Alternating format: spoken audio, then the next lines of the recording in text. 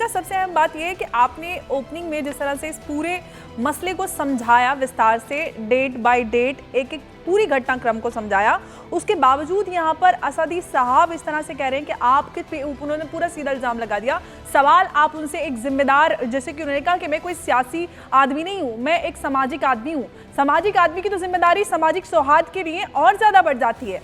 हम भारत के मुसलमान हैं, हमें कोई भी डर नहीं है इस देश में अल्लाहू अकबर कहने से। दिन में 5 बार अजान होती है, अल्लाहू अकबर कहा जाता है, मोहम्मद से भी बढ़कर अल्लाहू अकबर कहा जाता है, किसी को भी एतराज नहीं है और ये भारत में ही मुमकिन है। आई लव मोहम्मद में तो किसी को, अरे कैसे नहीं कही है, क्यों नहीं कही है? जो फैक्ट है, जो फैक्ट है, सबसे ज्यादा मस्जिदें भारत में, दुनिया की सबसे पहली मस्जिद भारत में, सबसे ज्यादा मदरसे भारत में, सबसे ज्यादा मुसलमान भारत में। बिल्कुल क्यों नहीं कही? सच ना बोलिए, आपका झूठ चलने दीजिए, आपका झूठ चलने दीजिए। आप झूठ बोल रहे हैं, आपकी जिम्मेदारी। मैं तो पार्टी विशेष करी, मैं तो एक भारतीय मुसलमान होने के नाते सच बोल रही हूँ। आप बोलिए कहाँ पे मैंने कौन सा झूठ बोला? ये क्या कहा आपने? सिर्फ आजाद हिंदुस्तान में होती है? अरे बिल्कुल होती है, होती है, पूरी दुनिया में होती है, सबसे ज्यादा होता है, सबसे ज्यादा मस्जिद यहाँ पे, सबसे ज्यादा मदरसे यहाँ पे। आप भारत को अगर ये कहते हैं कि अल्लाह मोहम्मद कहने में FIR हो रही है, तो आप ये क्यों नहीं कहते कि भारत में अजानें होती हैं, भारत में सताए हुए मुसलमानों को जगह शरण दी जाती है, उनको अपने दिल और मस्तक में सजाया जाता है, आप उसके बाद आप ये कहते हैं ये वो हिंदुस्तान है जिसको मोहम्मद सल्लल्लाहु अलैहि वसल्लम कहते हैं कि हिंदुस्तान से मुझे सुकून की ठंडी हवा आती है। आप अगर सच्चे मुसलमान होते तो हिंदुस्तान के लिए, अरे कौन सा मौलाना साहब का हिसाब आपको मालूम नहीं है? क्यों आपको कह रही हो? मौलाना साहब रुकिए ना, इतने मतलब किस बात आप लगातार बोले चले जा रहे हैं। अंबर ने एक बार भी आपके बीच में बोला? एक बार भी नहीं बोली, एक बार भी। वो सब्र के साथ ये महिला आपको सुनती रही और जैसे ही उन्होंने और क्या गलत बोल दिया कि आपके अंदर का जो है अचानक ईमान डोलने लग गया। क्या कहा अंबर ने? यही तो कहा अलीम साहब। हाँ तो क्या अजान, क्या आपकी बकौती है अजान? क्या आप केवल आपकी बकौती है क्या अजान? हिंदुस्तान में सबसे ज्यादा अजान होती है, सबसे ज्यादा मस्जिदें हिंदुस्तान में है, तो सबसे ज्यादा अजान कहाँ होगी? सबसे पहली मस्जिद भारत में, दुनिया की सबसे पहली मस्जिद भारत में, सबसे ज्यादा मस्जिद यहाँ पे। अगर आप इल्जाम लगा रहे हैं कि आई लव मोहम्मद कहने पर ऐतराज, हर्षवर्धन त्रिपाठी जी, 5 बार अजानें होती हैं, हर्षवर्धन त्रिपाठी जी, मुझे बैतुल्लाह शरीफ में आपको सबसे पहली मस्जिद भारत में बैतुल्लाह शरीफ है, इतिहास आपको मालूम नहीं है? आपको मालूम नहीं, इतिहास पढ़िए जाकर। नहीं तो मौलाना साहब कोई बात नहीं, आप जाइए वहाँ पे बैतुल्लाह शरीफ जाइए। किसी ने रोका आपको? किसी ने नहीं रोका, ना मैंने हाथ पकड़ा है, ना अंबर जैदी ने हाथ पकड़ा है, ना हर्षवर्धन जी ने पकड़ा है, किसी ने हाथ नहीं पकड़ा है, किसी ने हाथ नहीं पकड़ा है। और मैं तो चाहती हूँ आप जाइए। हाँ तो हमें कौन रोकेगा? तो फिर कौन रोकेगा?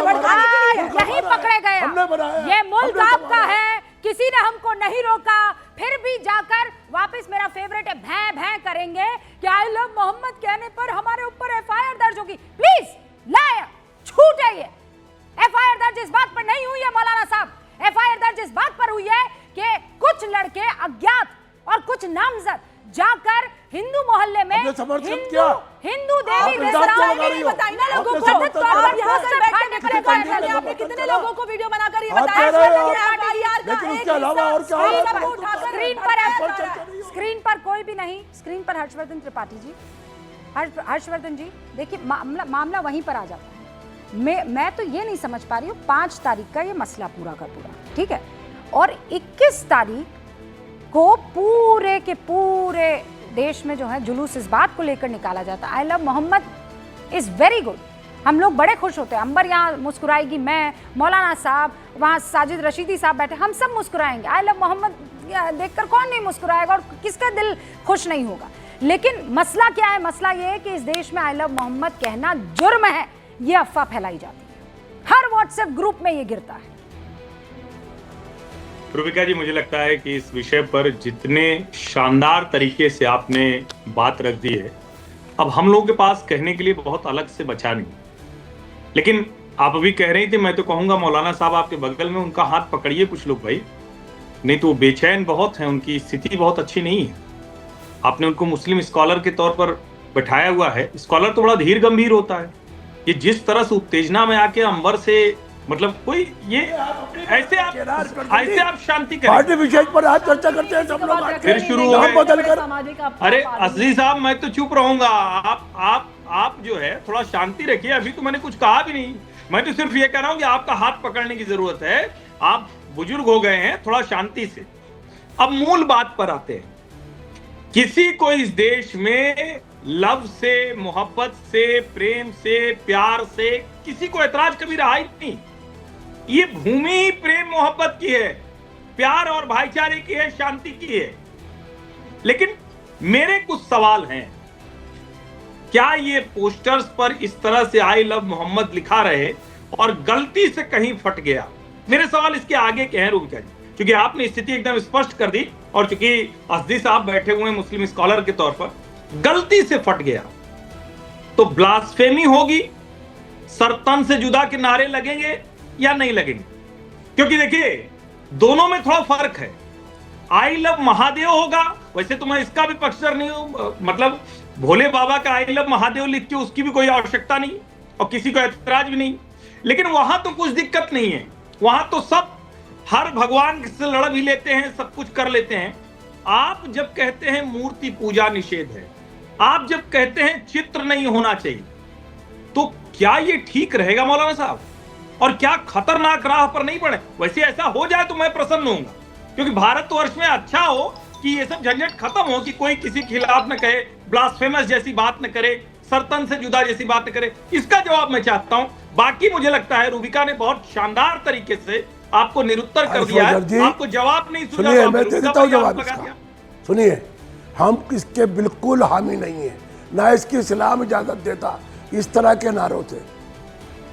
जब हमने हिंदुस्तान में 1857 में तहरीक आज़ादी में हिस्सा लेना शुरू किया मुसलमानों ने, उससे आज तक हम किसी भी धार्मिक भावना को ठेस पहुंचाने के खिलाफ है। केवल हिंदू नहीं, मुसलमान नहीं, हर धर्म का आदर सम्मान करना हम सिखाते हैं लोगों को।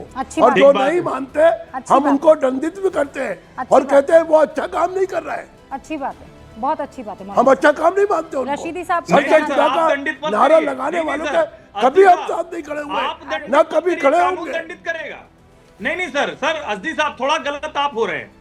ये कानून अपने हाथ में नहीं लेना है। दंडित करने का काम न्यायपालिका का है, कानून का है, संविधान के दायरे में। आप करें, जो गलत करेगा हम उसको दंडित करेंगे। आपके पैमाने पर गलत क्या है, सही क्या है, कैसे तय होगा? दंडित का मसला यह नहीं है कि डंडा उठाकर मारेंगे। चलिए अच्छा, हम पंचायत करके उसको समझाएंगे कि क्या करने जा रहा है। तो ये हिंदुस्तान है। अब रुकिए बाकी और मेहमान, ठीक है। रशीदी साहब कुछ कहना चाह रहे हैं। रशीदी साहब, ये विक्टिम कार्ड क्यों, ये झूठ क्यों परोसा जा रहा है, किस बात पे? मैं कह रही हूँ आज आप कितने, हमारे पास जितना भी टाइम बचता है, मैं फुल स्क्रीन आपको ले आती हूँ सर। आप कुरान की तिलावत भी कर दीजिए और मैं आपको गारंटी देती हूँ कोई आकर आपको ये नहीं कहेगा कि मौलाना रशीदी ने जुर्म कर दिया है, कोई नहीं कहेगा। रूबिका, थोड़ा सा इसको समझिएगा और इसको समझने की आवश्यकता है।